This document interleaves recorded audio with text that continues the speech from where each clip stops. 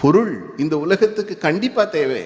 ஆனால் அந்த பொருள் ஆசைப்படுறதால வந்துருமான்னா ஆசைப்படுறதால மாத்திரம் வந்துடாது.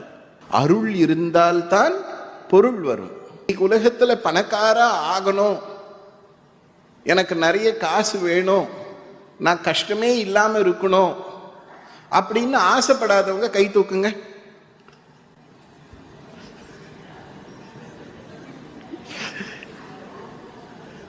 ஒரு சில நேரத்தில் மறந்து கூட தெரியாம கூட எதுக்கோ தூக்கிடுவாங்க. சரி, ஏதோ தூக்க சொன்னாங்களே, ஏதோ நம்ம கொடுக்க போறாங்க போல இருக்குன்னு தூக்கிடுவாங்க.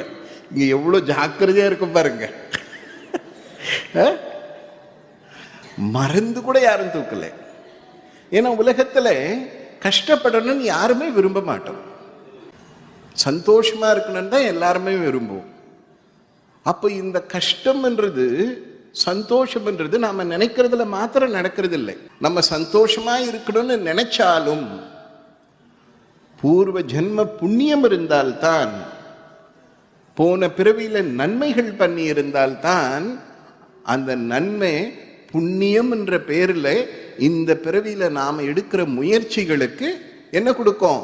நல்ல பலனை கொடுக்கும்.